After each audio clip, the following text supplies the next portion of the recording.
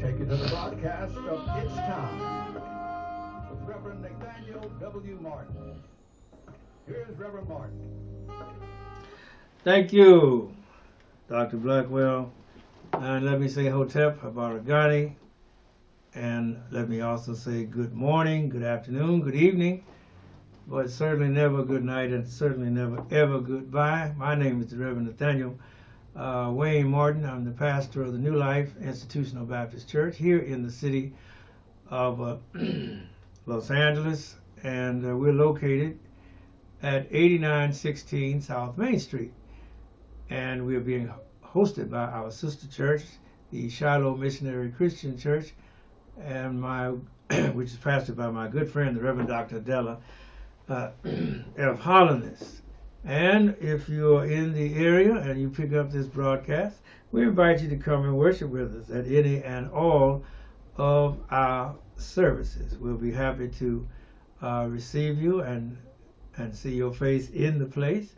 You will rejoice our hearts, and you will be benefited and helped by the worship service, and you'll be glad you came. You may want to come by again, and we extend to you, therefore, an invitation to share with us at any and all of our services. This offering is a social justice offering, and we try to stay away from the hoopalistics, but we do try to address the issues and the concerns of society, and especially our people, black people.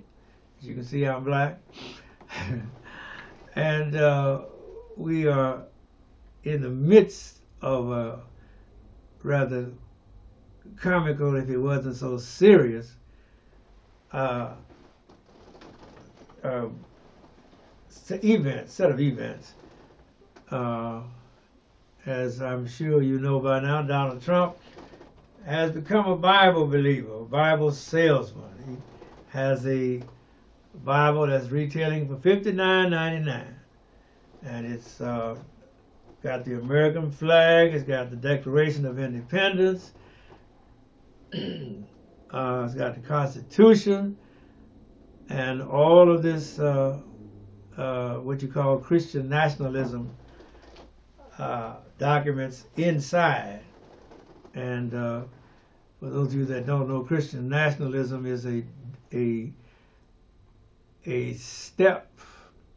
It's really the American version of fascism or Nazism.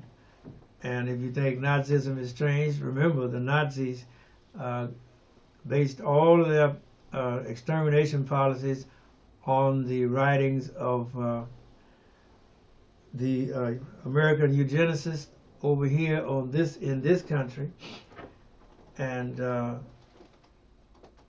when the Nazis were brought up on charges in Nuremberg after following the war, the defendants, the Nazis, asked the Nuremberg prosecutors, said, "How can you accuse us of genocide?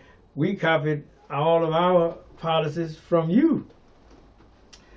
And so don't think it's strange that we're still talking about Nazism and fascism, and how close America is aligned and allied with fascist doctrine. Not the President of the United States, but the 45th President is certainly aligned with those autocratic and dictatorial policies. Remember, he wants to be granted the power of dictatorship for one day. And if you buy that, you will never have a democracy anymore. So Monsieur Trump is offering the tennis shoes, which is for $400, and now he's offering the Bible for $59.99 plus tax. And he doesn't say that is going to the Republican National Committee. No.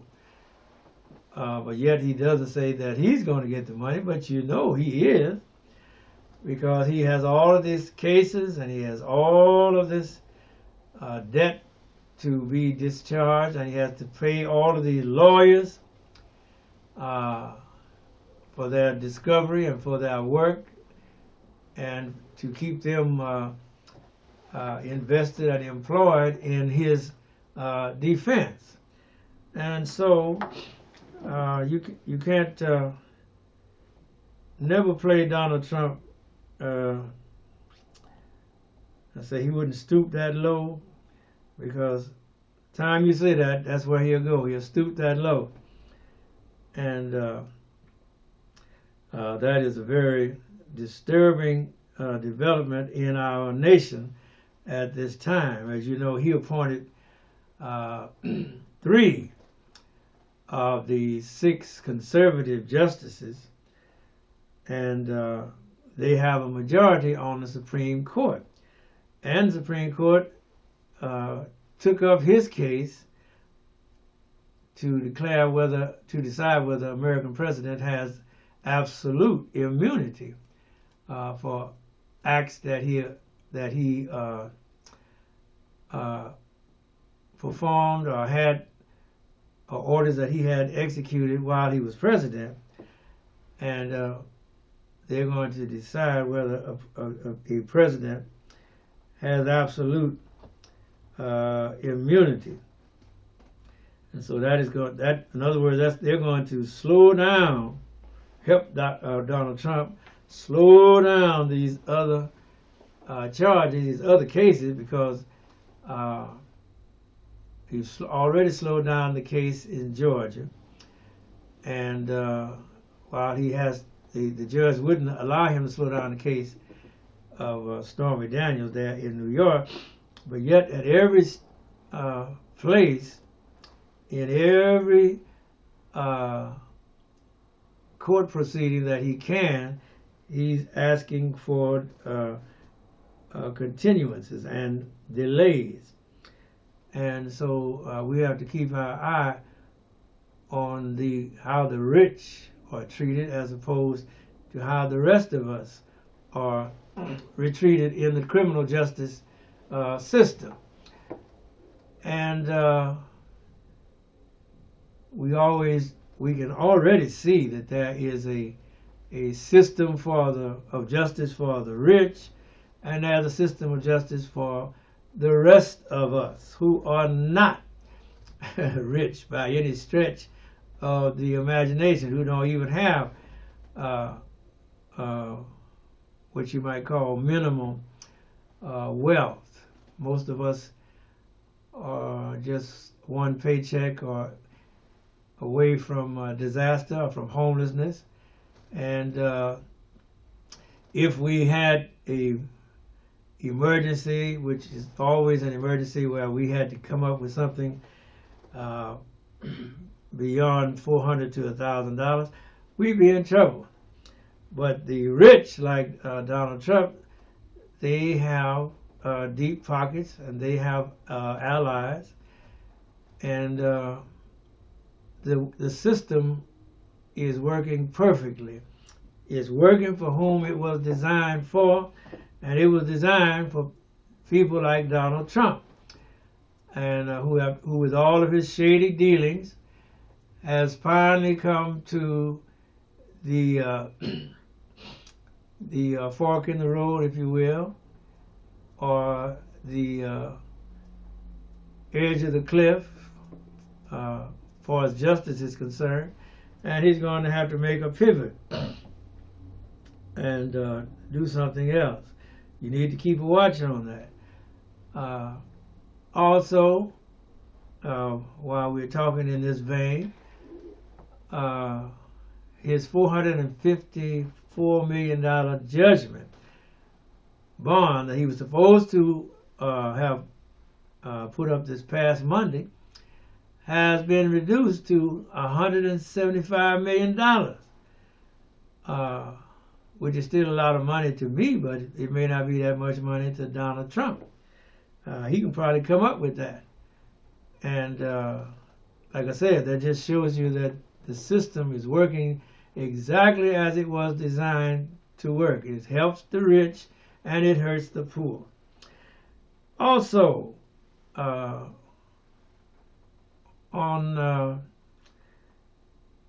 March 28, 1958, a 22-year-old black man named Jeremiah Reeves was executed by the state of Alabama after police tortured him until he gave a false confession as a 16-year-old.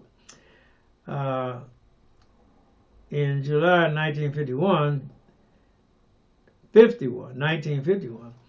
Jeremiah, who was a 16-year-old high school student at the time, and Mabel Crowder, a white woman, were discovered having sex in her home. Now, Mrs. Crowder immediately claimed she had been raped by Jeremiah, and he was immediately arrested and taken to Kirby Prison for questioning. Now, police strapped him into the electric chair, which was cruel and unusual punishment, and told him if he didn't confess to all the rapes of white women that had occurred in that state that year, he was going to be electrocuted. All right, all the rapes of white women had been reported that summer.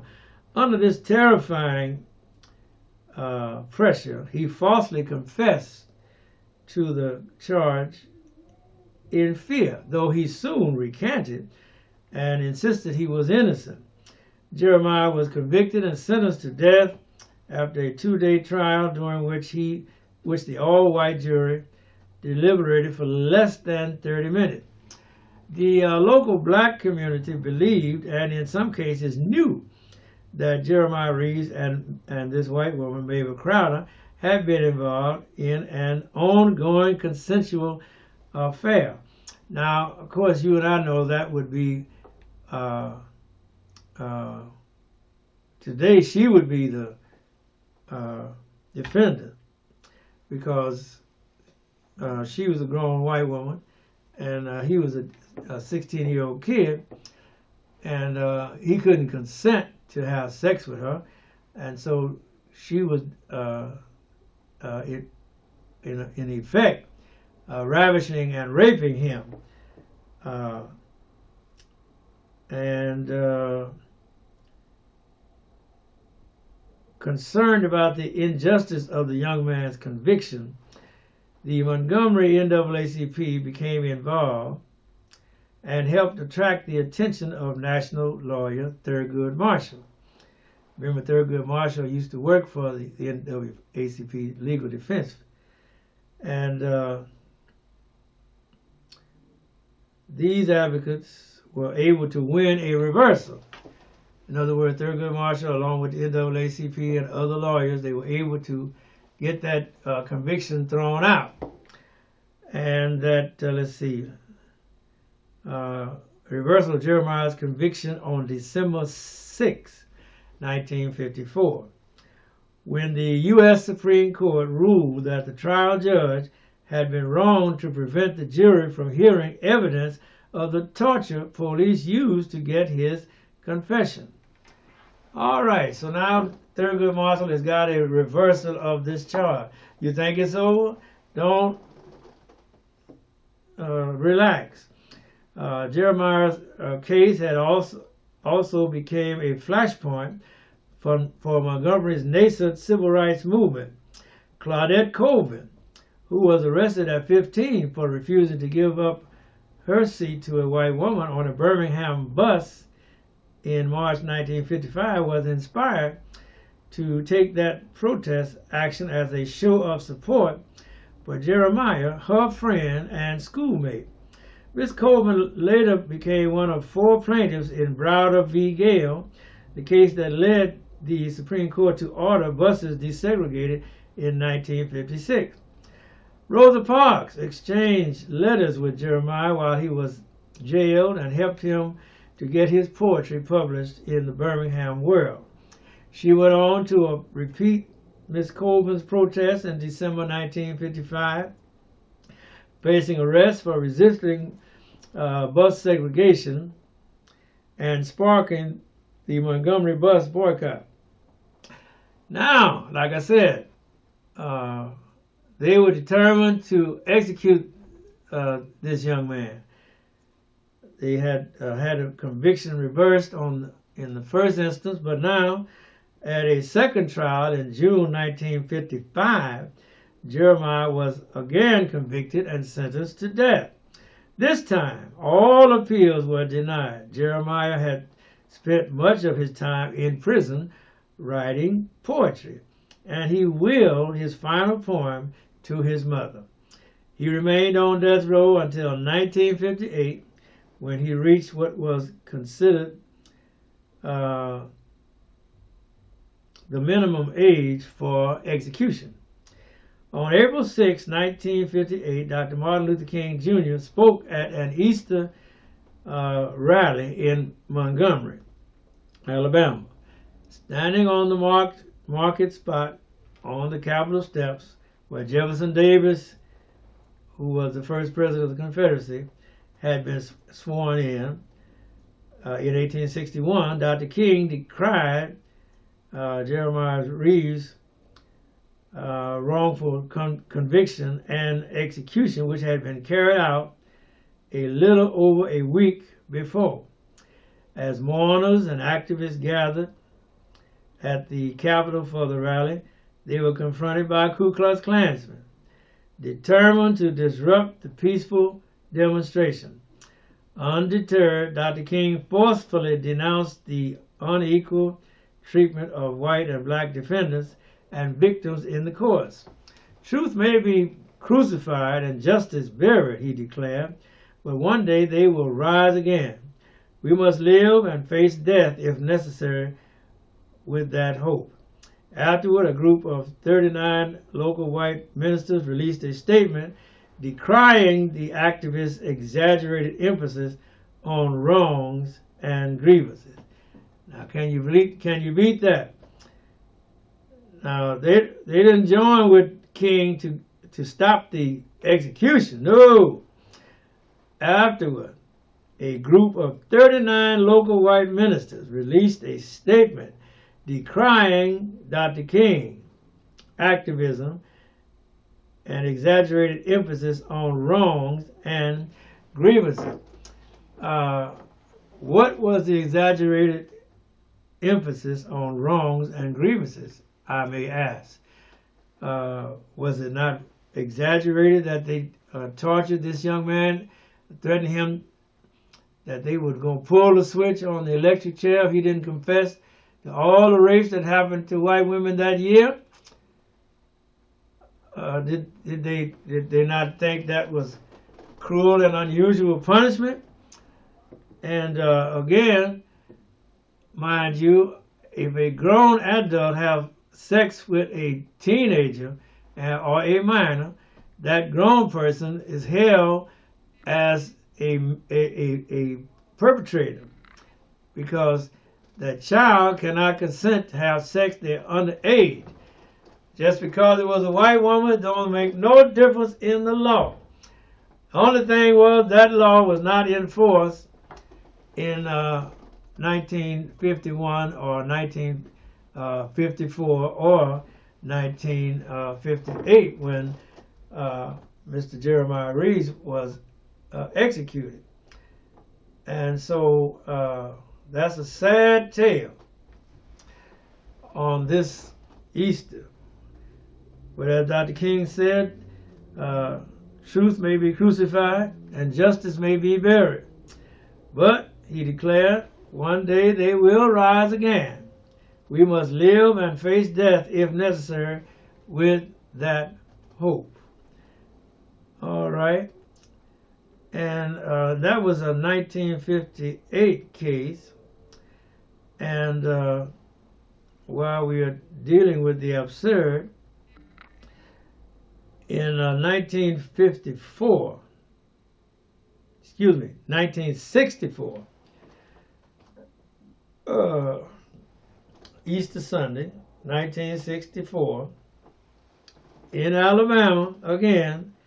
Remember, 1964, the Voting Rights Act was a year away from becoming law, but the Civil Rights Act was already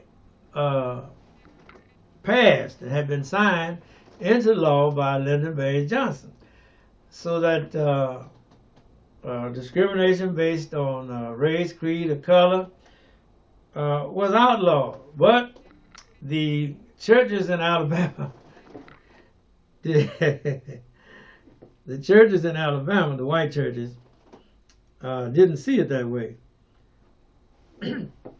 And so when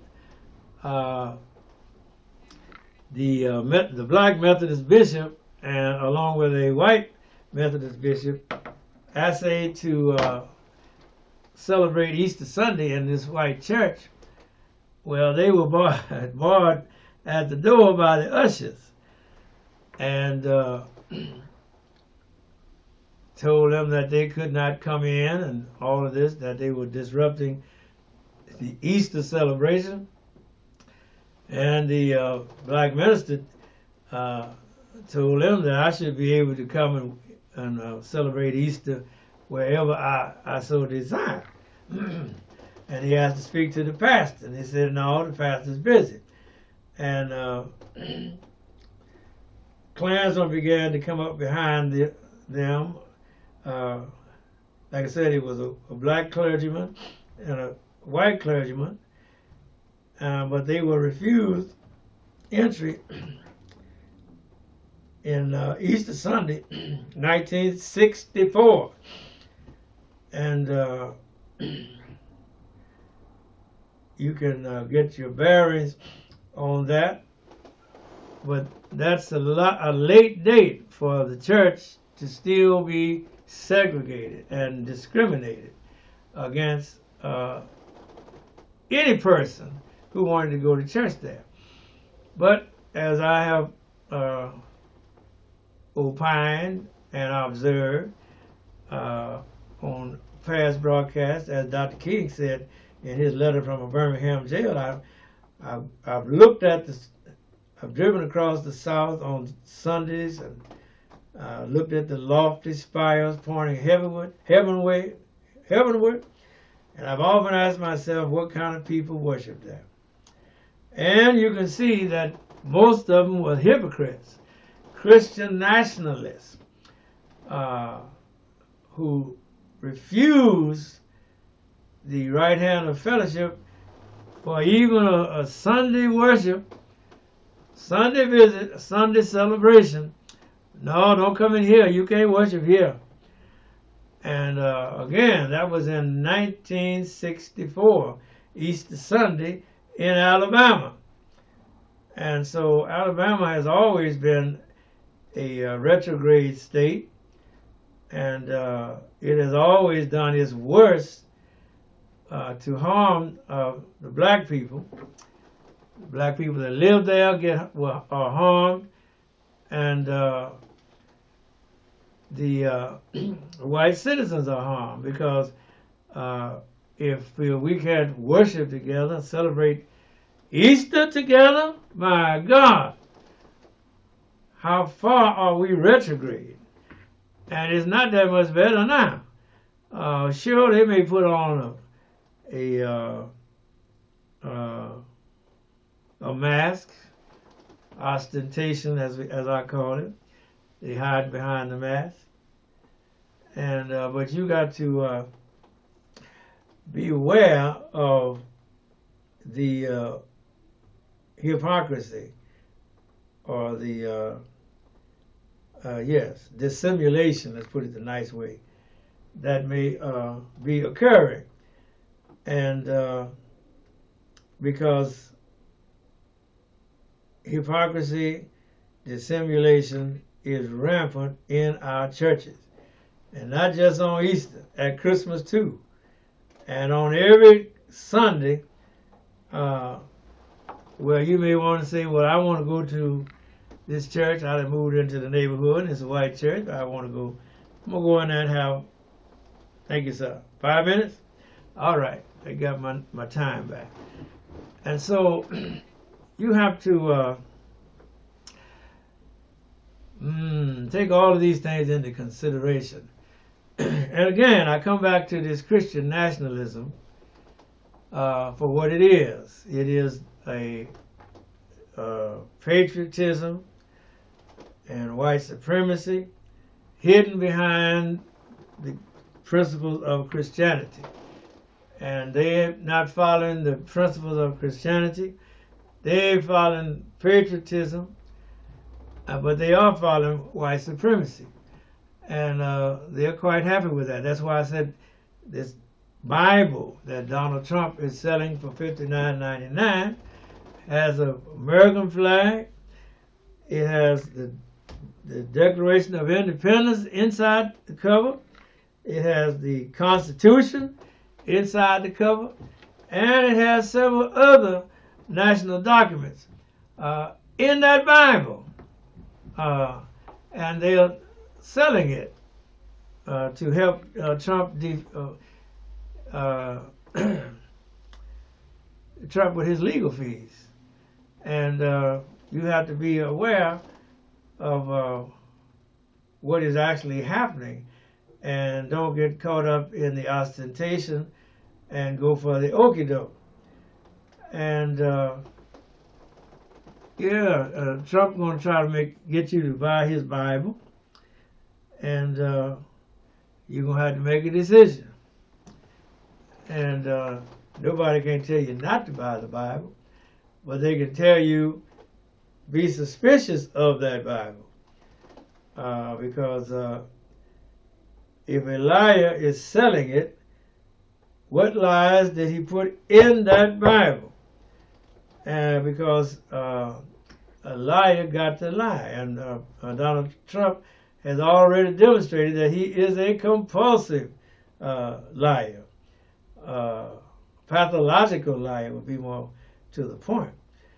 And we have to beware as we go about from day to day that we don't invite this hypocrite into our churches or into our lives or allow him to get control of our lives. Remember, this was the same strategy that Adolf Hitler used in Germany. They had the state religion under Adolf Hitler, and they were practicing eugenics, or the final solution, as they called it, which they had learned from the United States. And Hitler had read Madison's grant, the passing of a great nation, the passing of a great state, while he was in prison. And he wrote Madison Grant. Madison Grant was an American who lived right here, and told him how much he enjoyed the book. And when he wrote Mein Kampf, he gave him a copy, an autographed copy. And so you cannot, amen. So as I get ready to close, and hope you have a blessed Easter, and go to church, and pray much for our laborers, the poor people that got killed on the bridge when the bridge collapsed. They need our prayers. Their families need our prayers. And remember, if you're working on a job and they don't want to pay you, don't work for them. Thank you. Thank you, Doc. We're out of here.